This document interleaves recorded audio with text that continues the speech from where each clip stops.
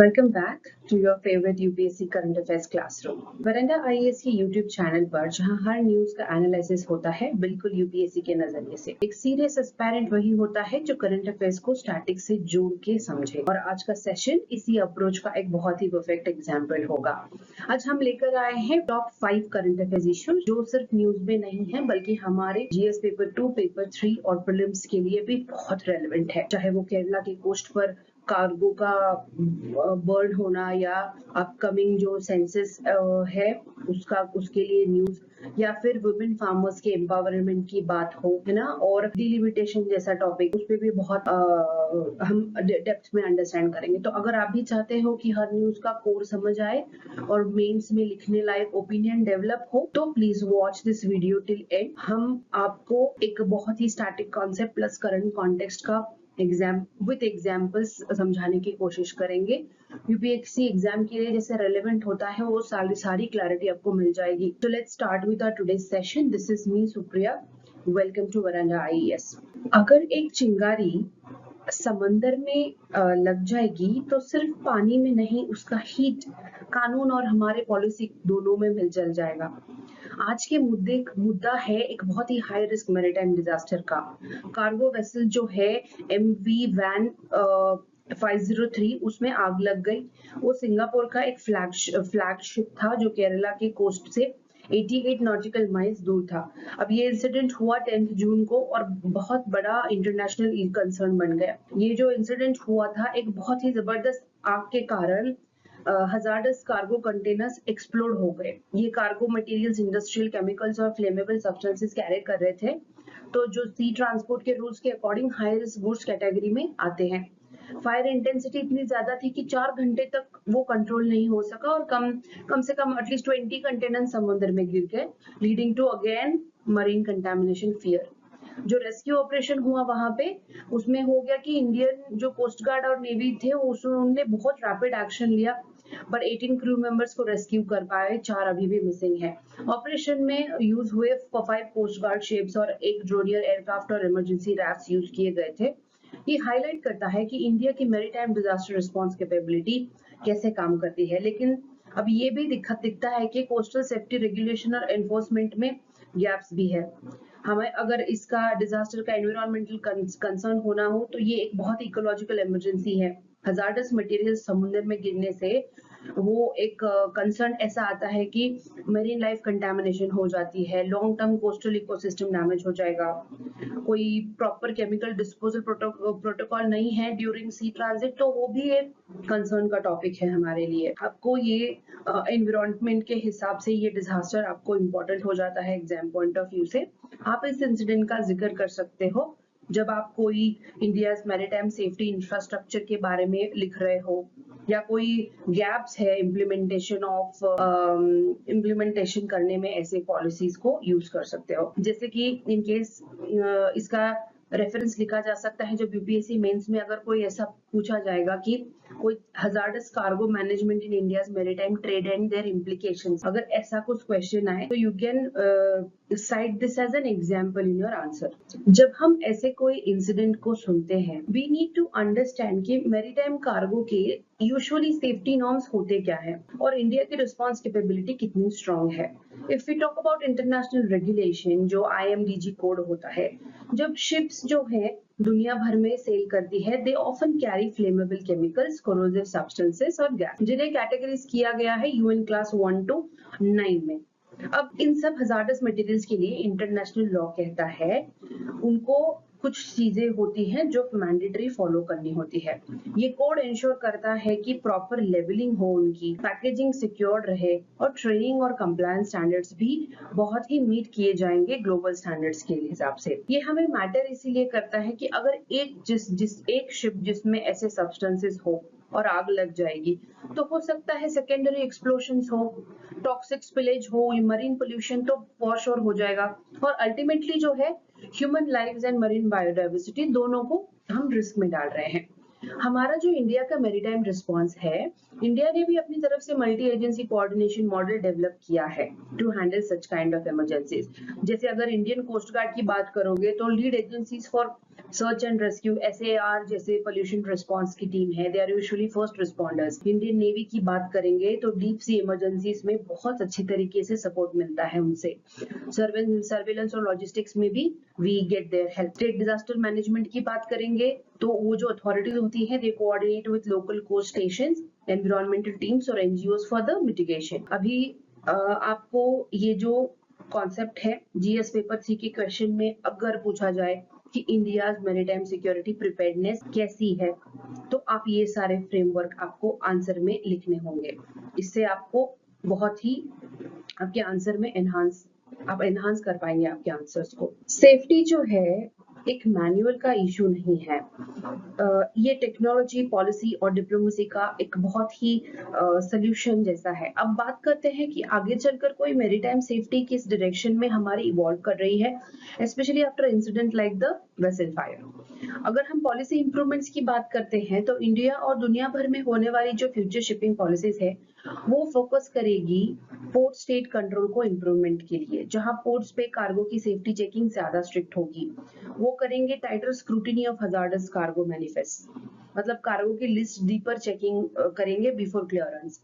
बात करेंगे better if we they work on better fire fighting tools on board, जैसे on board disaster को तुरंत अगर कैसे रोक सकते हैं। इसका सीधा लिंक जाता है आपका GS पेपर 3 में डिजास्टर प्रिपेयर्डनेस या इंटरनल सिक्योरिटी में हम कैसे इस्टेब्लिश कर सकते हैं उसको। We talk about technological upgrades, जो next gen maritime safety will be built on AI, drones, real time monitoring. तो ये सारे जो अप्रोच रहेंगे वो उससे हम drone assisted surveillance as deep sea cargo tracking और इंसिडेंट रिस्पांस बहुत ही तेजी से हो पाएगा। रियल टाइम कार्गो का जो रिस्क मैपिंग होता है उसमें इतना जो भी हजार्डस है वो हमें पहले ही हम ट्रैक करने की कोशिश करेंगे। ये जो ऐसे डिजास्टर रिस्क प्रिपेयर्डनेस का बात हो या ऐसे बात हो तो it becomes very much important for UPSC point of view. हम अगर बात करेंगे थर्ड तो डिप्लोमेटिक कोऑर्डिनेशन। सेफ्टी सिर्फ इंडिया तक सीमित नहीं है यहाँ पे, it means international maritime cooperation under International Maritime Organization. इसीलिए हमें फोकस करना पड़ेगा रीजनल SAR अग्रीमेंट्स पर, उनको एनहांस करने पर, और IMO के जो गाइडलाइंस है उनको स्ट्रिक्टली अडॉप्ट करना पड़ेगा। इससे क्या हो जाएगा, हम ज्यादा प्रिपेयर्ड रहेंगे कोई ऐसे फ्यूचर ट्रेजेडीज के लिए। ये टॉपिक कंटिन्यूअसली 3-4 दिनों से न्यूज में है।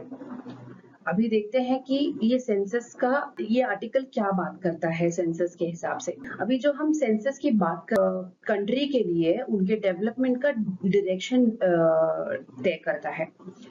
अब बात करते हैं कि एक ऐसे इशू की जो पॉलिसी प्लानिंग से लेकर पॉलिटिक्स तक का फ्यूचर बदल दे सकता है। ये जो अपकमिंग सेंसस है उसके बारे में बात करते हैं। मैंने पहले भी आपको बताया था कि 1871 में हुआ था अंडर ब्रिटिश राज पहला सेंसस, और तब से लेकर अभी तक के 10 साल में एक बार होना चाहिए था। ये डेटा कलेक्शन नहीं है, ये एक नेशन बिल्डिंग का फाउंडेशन होता है। अब उसका करंट स्टेटस ये है कि 2021 का सेंसस जो है कोविड-19 के कारण पोस्टपोन कर दिया गया था। इसका इम्पैक्ट ये हुआ था कि हम लोग अभी भी आउटडेटेड डेटा यूज करते हैं फॉर पॉलिसी मेकिंग। तो अभी का जो ये 2027 का जो सेंसस है वो बहुत ही इंपॉर्टेंट साबित होगा for even in the political landscape. ये जो मैं कैसे आपको बताती हूँ, for example representation, delimitation, caste data demand, urbanisation figures, ये जो होता है ये सारे सेंसस पे डिपेंड करते हैं। कोई भी वेलफेयर स्कीम्स हो, पार्लियामेंट्री सीट्स तक हो, सारे सेंसस के ऊपर बेस्ड होते हैं। सेंसस का स्ट्रेटेजिक इंपॉर्टेंस आप ये समझिए कि सेंसस मतलब हमें पॉलिसी, पॉलिटिक्स और प्लानिंग, ये तीनों डिमेंशंस में हेल्प करता है। अगर ये डेटा एक्यूरेट है तो we can achieve the targeted development. हम लोग ये हमेशा से ये थीम को इंडियन सोसाइटी को रिलेट कर सकते हैं एंड GS पेपर 2 के गवर्नेंस में रिलेट कर सकते हैं। अगर UPSC एग्जाम में कोई भी क्वेश्चन आता है ऑफ कैसे सेंसस डेटा अफेक्ट करेगा डेमोक्रेटिक रिप्रेजेंटेशन एक्सेट्रा, ऐसे कोई क्वेश्चन आएगा तो आप ये तीनों ब्लॉक्स यूज कर सकते हैं। उसका हिस्टोरिकल कॉन्टेक्स्ट कैसा था, हमारा करंट स्टेटस क्या है, एंड फ्यूचर इम्पैक्ट में ये जो 2027 के सेंसस को हमारे तीनों पॉलिसी पॉलिटिक्स और प्लानिंग में कैसे अफेक्ट कर सकता है। You can write it in your answers. Census का डेटा जो होता है ना, वो हमें सिर्फ पॉपुलेशन नहीं दिखाता है, ये पावर का एक पैटर्न और पॉलिटिक्स का फ्यूचर भी लिखता है। हम देखेंगे कि 2027 सेंसस की किस तरह से भारत के पॉलिटिकल और सोशल स्ट्रक्चर को रीशेप करेगा। पॉलिटी रीमेकिंग में पॉलिटिकल जो रीमेकिंग था हमने पॉलिटिकल रीमैपिंग हो सकता है, नए डोमिनेंट जोन्स बन सकते हैं। रिप्रेजेंटेशन का जो स्ट्रक्चर है बदलने से फेडरल बैलेंस में भी एक इम्पैक्ट देखने को मिलेगा हमें। हम अगर नॉर्थ साउथ डिवाइड की बात करेंगे तो जो मैंने पहले भी बोला था, yesterday also we were discussing कि कैसे पॉपुलेशन कंट्रोल स्टेट्स जो है उन पे ये बहुत बुरी तरीके से इफेक्ट करने वाला है, और जो हाईली पॉपुलेटेड स्टेट्स हैं जिन्होंने कोई एफर्ट्स नहीं लिया उनको ज्यादा सीट्स मिल जाएंगे। अब ये हो जाएगा बहुत ही फेडरलिज्म वर्सेस डेमोग्राफी का बहुत एक डिबेट क्रिएट करेगा। अगर हम कास्ट एन्यूमरेशन की बात करेंगे तो अगर 2027 में नेशन वाइड कास्ट सेंसस होता है तो ये होगा 1931 के बाद पहली बार। इससे क्या इम्पैक्ट हो सकता है, पॉलिसी मेकिंग के लिए बैकवर्ड क्लास डेटा अवेलेबल हो जाएगा, रिजर्वेशन के जो फ्रेमवर्क है उनमें हम चेंजेस कर पाएंगे, और अगर हमारा जो भी सोशल जस्टिस एजेंडा होगा वो और हम शॉर्पन कर पाएंगे। डेमोग्राफिक शिफ्ट्स की बात करेंगे तो अर्बनाइजेशन, माइग्रेशन और रीजनल डिस्पैरिटी जैसे जो इश्यूज हैं सेंसस के डेटा से वो बहुत ही ज्यादा हाईलाइट होने वाले हैं। अब हम इससे वो ये कर सकते हैं कि स्मार्ट सिटी जैसे पॉलिसीज जो हैं, माइग्रेंट वर्कर के लिए जो स्कीम्स होते हैं, we can work on them a very target oriented, target based planning कर सकते हैं ये सारे डेटास के चलते। अगर आप एग्जाम में कोई भी ऐसे डिलेड सेंसस के रिस्क क्या होंगे, या you can mention this framework in your answer when they ask you about the risk involved in delayed census update. जब भी डेमोक्रेसी की जो सीट रिडिफाइन होती है तो सिर्फ हम मैप्स की बात नहीं करते, पावर बैलेंस भी बदल जाता है। हम समझेंगे कि एक क्रूशियल और उसमें हो रही डिबेट क्या इशू है, क्या बेसिस हो टोटल पॉपुलेशन हो या सिर्फ इलेक्टर्स हो। द डिलिमिटेशन डिबेट ये है कि 2026 के बाद डिलिमिटेशन फ्रीज हो अब खत्म हो जाएगा। उसके बाद सबसे बड़ा सवाल है अभी जो पार्लियामेंट्री कॉन्स्टिट्यूंसीज को रीड्रॉ किया जाएगा वो पॉपुलेशन बेस्ड होगा या वोटर्स के बेस्ड पे होगा। अब ये डिसीजन डायरेक्टली अफेक्ट करेगा Lok Sabha seat allocation, federal power sharing और जो सदर्न नॉर्दर्न स्टेट डायनामिक्स जो हमने पिछले स्लाइड में देखा वो। हम अगर इसकी कॉन्स्टिट्यूशनल फ्रेमवर्क की बात करेंगे तो आर्टिकल 81 जो है वो बोलता है कि Lok Sabha seats will be allocated based on the population. अब 40 सर्किट अमेंडमेंट जो हुआ था 84th अमेंडमेंट ने उस 2001 में जो हुआ था उसमें क्या किया, डिलिमिटेशन को फ्रीज कर दिया था 2026 तक, ताकि जो स्टेट्स हो जो पॉपुलेशन कंट्रोल फॉलो कर पाए और उनको पनिशमेंट जैसा ना लगे। अब ये एक बैलेंस क्रिएट करने के लिए कॉन्स्टिट्यूशनल अटेम्प्ट थी उनकी। अगर हम बात करें डेमोग्राफिक डिस्पैरिटीज की तो प्रॉब्लम ये है यहाँ पे कि जो नॉर्दर्न स्टेट्स हैं यूपी बिहार जैसे उनका पॉपुलेशन तो ज्यादा हो गया है, जबकि सदर्न स्टेट्स जो होते हैं केरला तमिलनाडु ने उन्होंने बेटर फैमिली प्लानिंग का ऑप्शन सोच के वो पॉपुलेशन बहुत कंट्रोल में रखा है।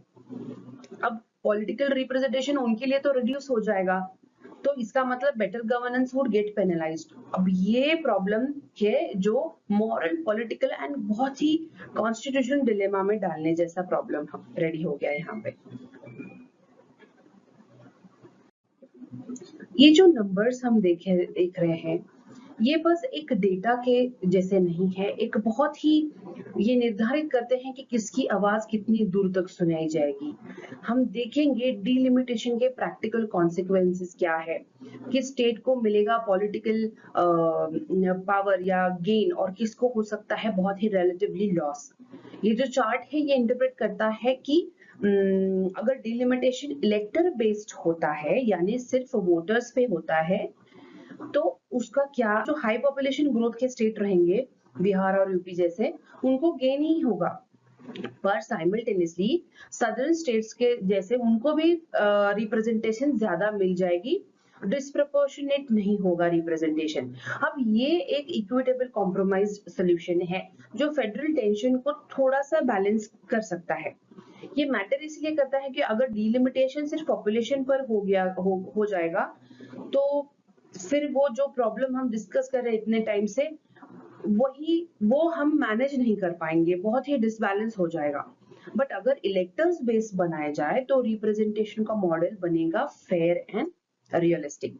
तो ये जो हम 3-4 बार डिस्कस कर चुके हैं कि सेंसस का डिले या सेंसस पॉपुलेशन बेस्ड पर डिलिमिटेशन की बात हो, इसको अगर टैकल करने की बात हो तो वो ये एक बहुत ही बेटर सोल्यूशन है, एक बैलेंस्ड अप्रोच लेके आता है। This article talks about if we have the delimitation done on electors based, voters के बेसिस पे करेंगे तो।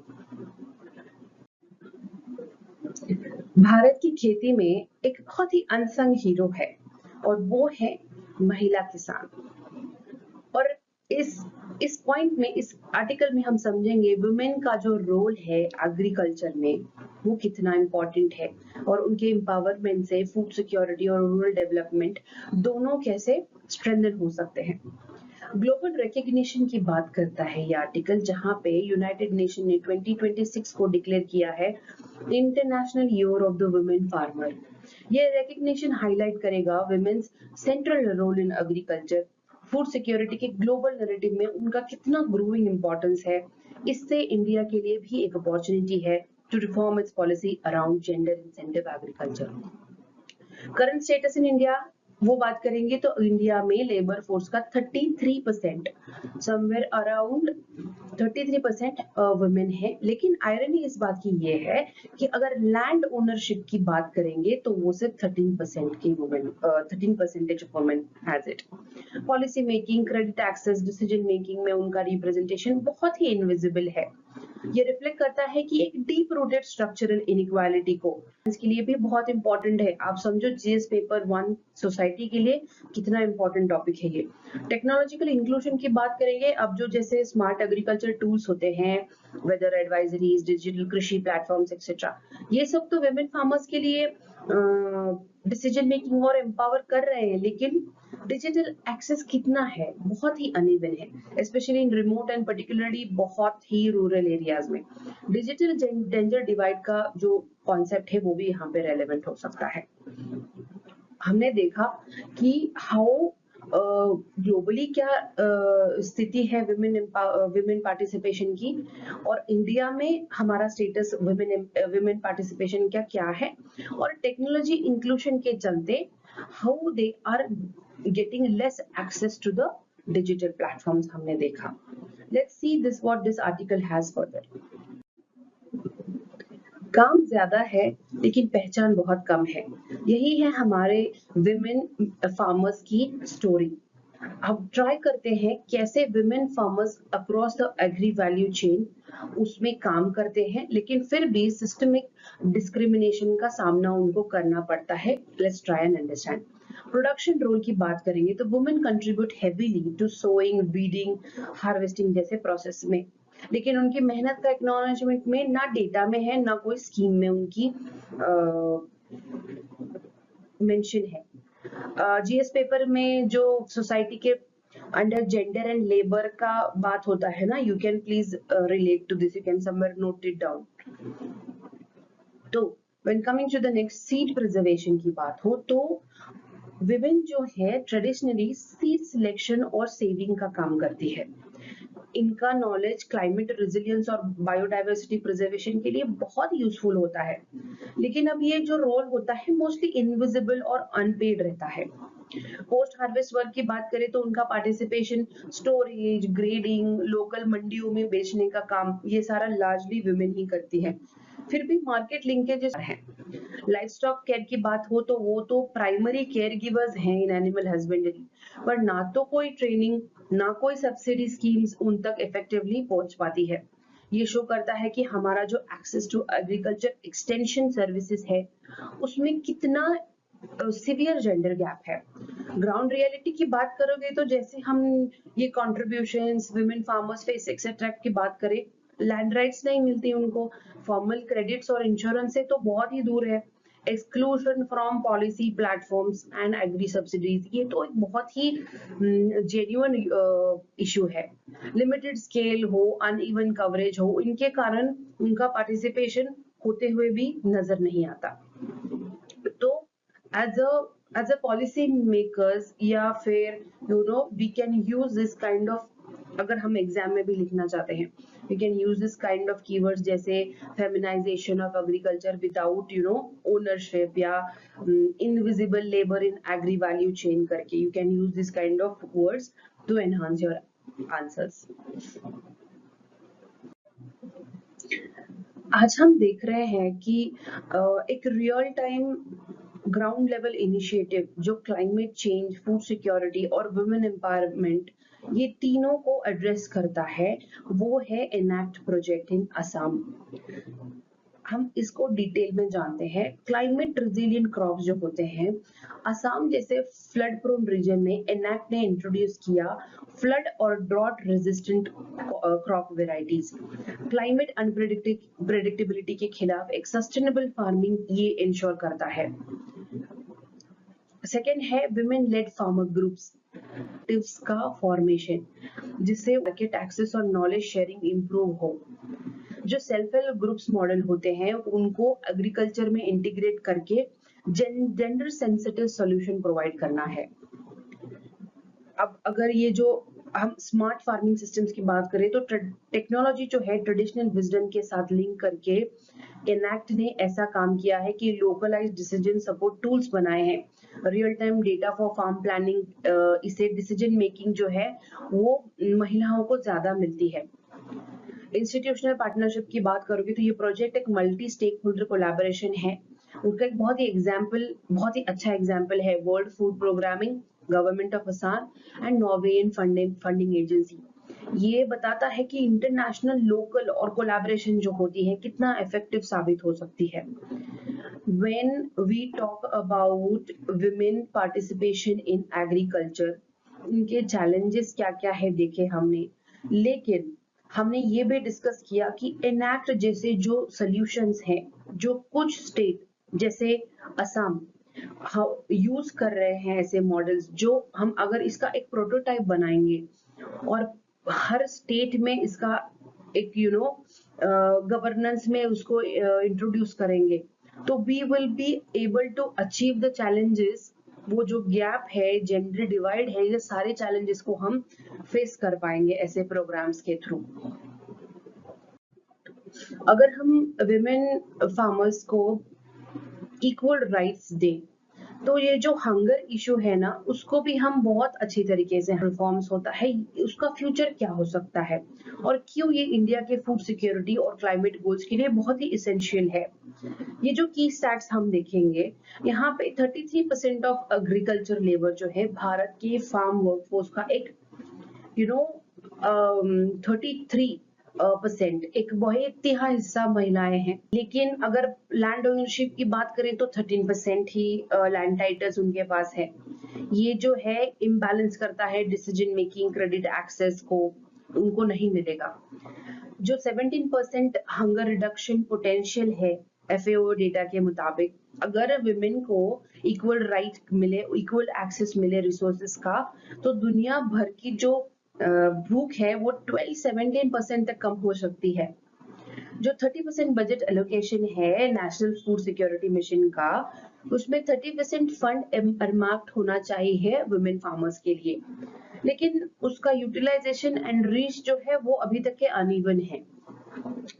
हमारे एग्जाम पॉइंट ऑफ व्यू से भी अगर आप देखोगे तो डेटा बैक्ड और इम्पैक्टफुल अगर आप आंसर लिखोगे, ये सारे डेटा मेंशन करोगे, तो it will be enhancing your answer. It's difficult to remember the numbers, but you can have a very tentative numbers in your mind कि कैसे उनके उनके कितना उनका ओनरशिप है, पार्टिसिपेशन का परसेंटेज क्या है, एक्सेट्रा एक्सेट्रा। आप कीवर्ड्स यूज करना, जेंडर बजटिंग यूज कर सकते हो।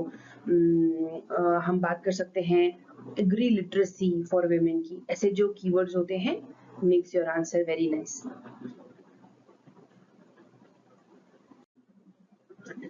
अब जो हम एक बात करते हैं एक बैटलफील्ड की, जहां पे सिर्फ सोल्जर्स नहीं लड़ रहे हैं बल्कि फ्लाइंग रोबोट्स भी आ चुके हैं।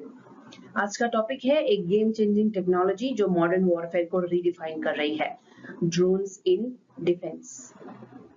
अब इंडिया के कॉन्टेक्स्ट में देखा जाए तो रिसेंट यूज ऑफ ड्रोन्स हुआ ऑपरेशन त्रिनेत्र में, जो कि पूंछ टेरर के बाद लॉन्च हुआ था। इसमें एरियल सर्वेलेंस से लेकर टारगेटेड ऑपरेशन तक ड्रोन्स ने एक मेजर रोल प्ले किया था। ये बताता है कि इंडिया भी असिमेट्रिक वॉरफेयर के टूल्स को बहुत ही एक्टिवली डिप्लॉय कर रहा है। ग्लोबल ट्रेंड्स भी आप देखोगे तो ग्लोबली ड्रोन्स ने बैटलफील्ड स्ट्रेटेजी को बहुत ही ड्रास्टिकली बदल चुका है।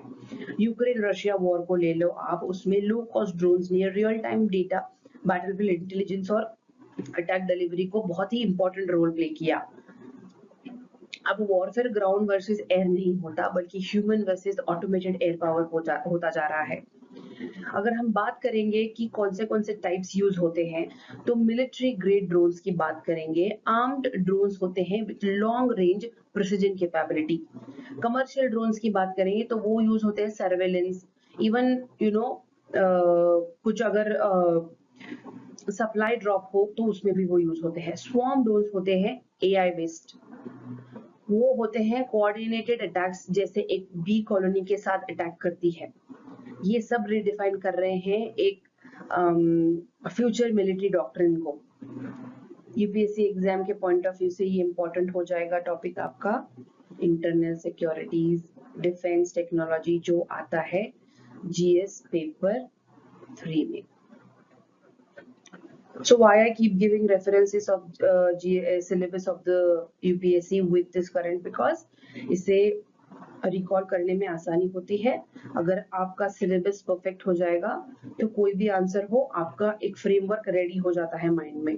That is why I keep telling and relating the points to the GS papers syllabus.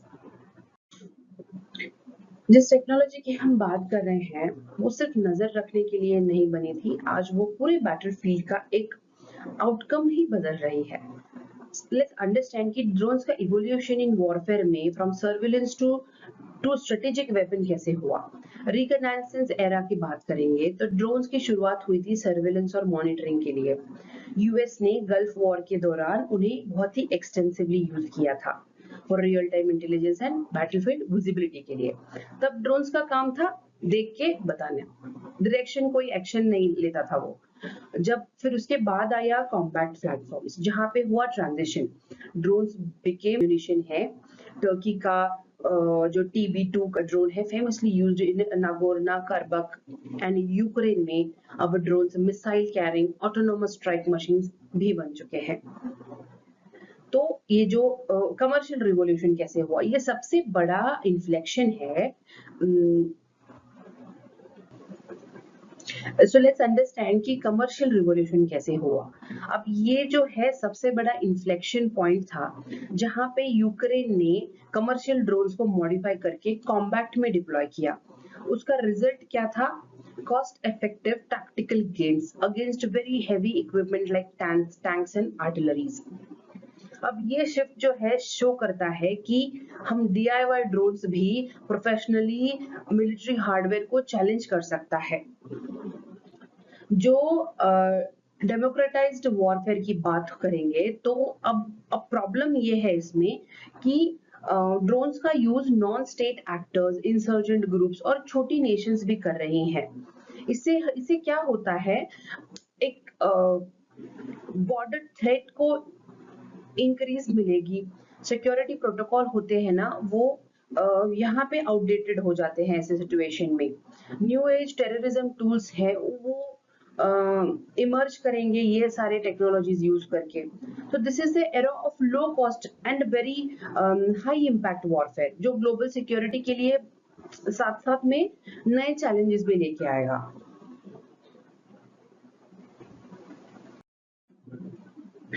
एक जमाना था जब वॉर का मतलब था बूट्स ऑन द ग्राउंड, आज के दुनिया में warfare is gone completely wireless.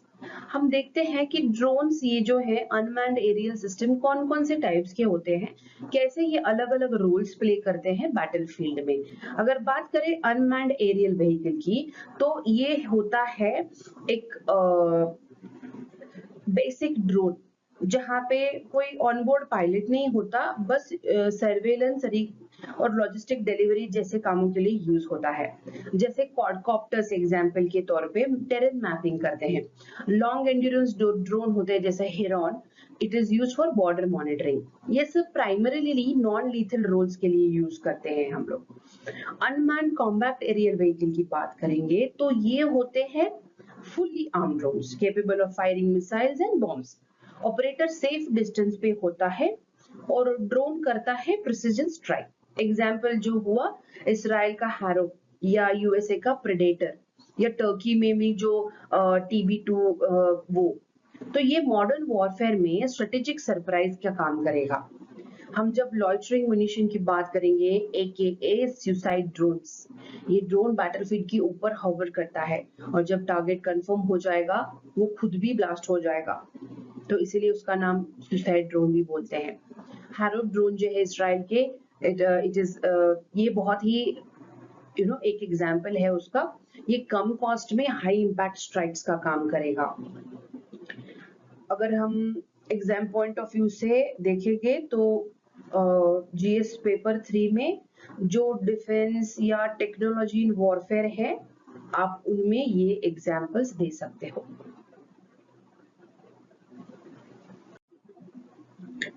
जहां पहले जीत के लिए टैंक्स और ट्रूप्स चाहिए थे, आज एक साइलेंट ड्रोन ही बैटलफील्ड का गेम चेंजर बन सकता है। हम जानते हैं यहाँ पे इस स्लाइड में कि क्यों ड्रोन वॉरफेयर सिर्फ एक टैक्टिकल इनोवेशन नहीं बल्कि एक स्ट्रेटेजिक ट्रांसफॉर्मेशन है। हम एसिमेट्रिक एडवांटेज की बात करते हैं जहां पे ड्रोन अलाउ करता है वीकर और low resource militaries to challenge even the strongest nations. Innovation, tactics और प्रिसिजन के साथ एक smart power versus brute power का इक्वेशन बना देगा। ये था ना, एक बहुत ही एग्जांपल है उसका। कॉस्ट इफेक्टिवनेस की बात करेंगे तो ड्रोन सस्ते होते हैं लेकिन उनका इम्पैक्ट देखा जाए तो वो बहुत ही हाई वैल्यू होता है। This drastically alters cost benefits calculations in military strategies, especially for developing countries like India. If we talk about intelligence gathering, तो ड्रोन्स ऑफर करते हैं persistent surveillance, real time terrain assessment and most importantly risk free reconnaissance. Earlier जहां पे satellites और manned flights जरूरी होते थे, ऐसे ड्रोन्स, आज के जो ड्रोन्स है वो बहुत ही चीप है, क्विकर सोल्यूशन है और बहुत ही इजीली हम बना सकते हैं।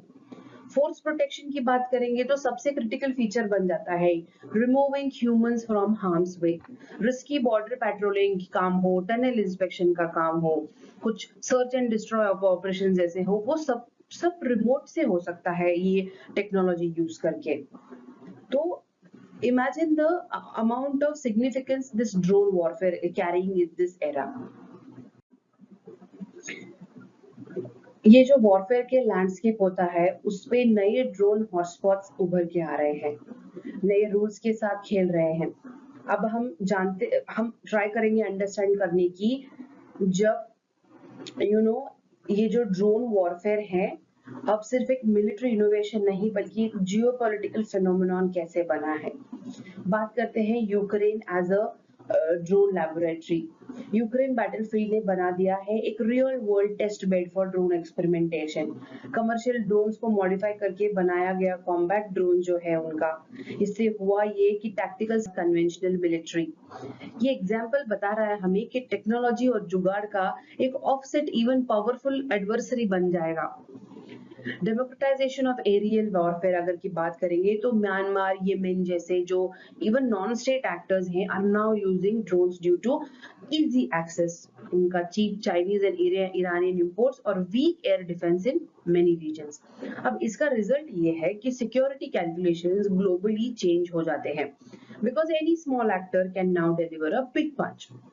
We can use this in GS3 जहाँ पे proliferation of emerging tech to non-tech actors का इफेक्ट क्या होगा। मैन्युफैक्चरिंग शिप्स की बात करेंगे तो अब ये जो टेक्नोलॉजी है वो सिर्फ यूएसए या इजराइल तक सीमित नहीं है। टर्की, चाइना, ये सारे लोग जो हैं अफोर्डेबल ड्रोन एक्सपोर्ट करते हैं, चैलेंजिंग वेस्टर्न मोनोपोली। वो एक होता है, this is also a triggering shift in global military and industrial balance में देखा गया। दुश्मन की नजर अगर आसमान से हो तो हमें सिर्फ जमीन पे नहीं, हवा में भी उनका सिक्योरिटी बना के रखना होगा। हम देखते हैं कि इंडिया का जो ड्रोन वॉरफेयर के किस किस डायमेंशन से थ्रेट है और कैसे हम अपने डिफेंस स्ट्रेटेजी को अडेप्ट कर रहे हैं। बॉर्डर सिक्योरिटी थ्रेट्स की माने तो इंडिया के लिए सबसे पहला चैलेंज यही है, टेरर ग्रुप्स का कमर्शियल ड्रोन का यूज, पर्टिकुलरली एलओसी और जो पंजाब के रीजन होते हैं उसमें ड्रोन से एक्सप्लोजिव ड्रॉप करना, सर्वेलेंस करना, सब कुछ बिना किसी फिजिकल रिस्क के हो ही जाता है। तो अब प्रॉब्लम यहाँ पे ये है कि ये जो ड्रोन्स होते हैं छोटे होते हैं, साइलेंट होते हैं और डिटेक्ट करना मुश्किल होता है। If you talk about counter drone capabilities हमारे इंडिया की, तो अब चैलेंजेस सिर्फ ड्रोन नहीं है, उनका टाइमली डिटेक्शन और न्यूट्रलाइजेशन भी हो चुका है। रडार सिस्टम्स में लो ऑल्टीट्यूड ड्रोन्स डिटेक्ट करना मुश्किल हो जाता है, इसीलिए इंडिया को इन्वेस्ट करना होगा जैमिंग टेक्नोलॉजी में, काइनेटिक इंटरसेप्टर्स में और AI based alert system create करनी पड़ेगी। जैसे हमें ना इंडिया को इवॉल्व करना होगा from reactive security to predictive air space control. अगर हम इंडिजिनियस डेवलपमेंट की बात करेंगे तो हम ये सबका लॉन्ग टर्म सोल्यूशन क्या है, आत्मनिर्भर ड्रोन इकोसिस्टम, पब्लिक प्राइवेट और आर&डी जो कोलैबोरेट करते आ रहे हैं, maybe we can develop that a little more. Indigenous manufacturing and startup ecosystem पे हम ज्यादा फोकस करें। रोबो चाहिए कि ग्लोबल ड्रोन बायर्स के लिस्ट में हम नहीं हो बल्कि सेलर्स के लिस्ट में हो। ये जो आने वाला समय है ट्रेडिशनल वॉरफेयर के खिलाफ एक नई स्ट्रेटेजी लिख रहा है जिसका नाम है unmanned, unpredictable and unstoppable warfare. Let's try and understand कि ड्रोन वॉरफेयर के फ्यूचर इम्प्लीकेशंस क्या हो सकते हैं for India, not only the India but globally भी। एक डॉक्ट्रिनल शिफ्ट देखने को मिला हमें, ड्रोन्स का यूज जो है वॉरफेयर की कॉस्ट को भी कम करता है, इसीलिए फ्यूचर वॉर्स जो होंगे वो definitely low intensity high impact, जहां पे प्रॉक्सी फोर्सेस और असिमेट्रिक टैक्टिक्स डोमिनेट करेंगे वैसा ही होगा। अब जब ये जो इंडस्ट्रियल एडेप्टेशन है इसके बारे में बात करेंगे तो डिफेंस इंडस्ट्रीज का उनको एक पिवोट करना होगा ड्रोन टेक में, काउंटर ड्रोन सिस्टम में या कोई एआई इंटीग्रेटेड सिस्टम बनाना पड़ेगा। This means future wars will be won by coders as much as commanders. Ethical and legal concerns की बात करेंगे तो जैसे जैसे ये ड्रोन्स का यूज बढ़ेगा, civilian casualties, unclear rules of engagement, ये सारे चैलेंजेस भी हमें देखने को मिलेंगे। अब ये सब एक इंटरनेशनल ह्यूमैनिटेरियन रॉ क्राइसिस भी बन जाएगा, तब तक एक नया वर्ड मिल जाएगा हमें स्टडीज करने के लिए। अगर हम बात करेंगे ग्लोबल सिक्योरिटी आर्किटेक्चर की तो अब सिर्फ नेशंस नहीं, नॉन स्टेट एक्टर्स भी ड्रोन से वॉरफेयर कर रहे हैं, तो ये और एक चैलेंज है बाय द वे। तो ग्लोबल इंस्टीट्यूशन जो होती है, नाटो या यूएन हो गया, उनको ड्रोन स्पेसिफिक नॉर्म्स भी लिखने पड़ेंगे जहां पे उनका एक्सपोर्ट कंट्रोल कैसा होगा, ये सारे वो कोड में और एक रूल बना देंगे उसका। Cutting warfare etcetera comes lot of challenges we need to tackle. आज के जो सारे टॉपिक्स देखे हमने उसमें भारत के पॉलिसी और सिक्योरिटी लैंडस्केप का एक नया रोड मैप देखने को मिला हमें। जैसे मैरीटाइम सिक्योरिटी की बात हो, हमें इंडिया को बूस्ट करना पड़ेगा डिजास्टर रिस्पांस कैपेबिलिटीज को, इंटर एजेंसी कोऑर्डिनेशन एक सोल्यूशन बन सकता है। ग्लोबल हजार्डस के जो कार्गो सेफ्टी नॉर्म्स होते हैं उनको हमें एनफोर्स करना होगा। ये जो केरला का फायर का इंसिडेंट है, ये ग्लोबल सप्लाई चेन और इकोलॉजी दोनों को इम्पैक्ट कर देगा। अगर हम डेमोग्राफिक गवर्नेंस की बात करेंगे तो 2027 का जो सेंसस है उसके इम्पैक्ट 2-3 जगह पे कैसे होंगे ये देखा हमने। हम इससे फेडरल हार्मनी कैसे बना सकते हैं, we need to find a solution for that. अब ये जो सिर्फ नंबर का गेम नहीं है, भारत के जो डेमोक्रेसी का डिजाइन है वो इटसेल्फ वो ये डिसाइड करेगा। फिर देखा विमेन एम्पावरमेंट इन एग्रीकल्चर को, जहां पे हमने देखा कि हम कैसे विमेन को लैंड ओनरशिप देके, स्मार्ट फार्मिंग एक्सेस देके उनको कैसे एम्पावर कर सकते हैं। जैसे हम यूपीएससी के एग्जाम पॉइंट ऑफ व्यू से भी याद रखना कि women participation in agriculture must not go invisible. ये जो लास्ट देखा कि डिफेंस इनोवेशन कैसे हुआ, कैसे हम AI, unmanned and asymmetric systems को लेके आगे बढ़ने की कोशिश कर रहे हैं, कैसे जो अगले युद्ध होंगे वो टैंक से ज्यादा नहीं लड़े जाएंगे, coder will almost fight the war. So when you study such issues, focus not just on what happened, but also what does this mean for India's future policy, economy and security के हिसाब से। That's how you will be writing an answer like a topper. तो जब समय बदल रहा है तो हमें सिलेबस जो है वो भी इवॉल्व होता जा रहा है। आप याद रखिए, जो भी आपको करंट अफेयर्स में आप पढ़ते हो, न्यूज में पढ़ते हो, you try and relate that to the syllabus, तो आपको वो जो ट्रेंड चेंज हो रहा है उसकी भी बहुत ही बेटर अंडरस्टैंडिंग मिलेगी।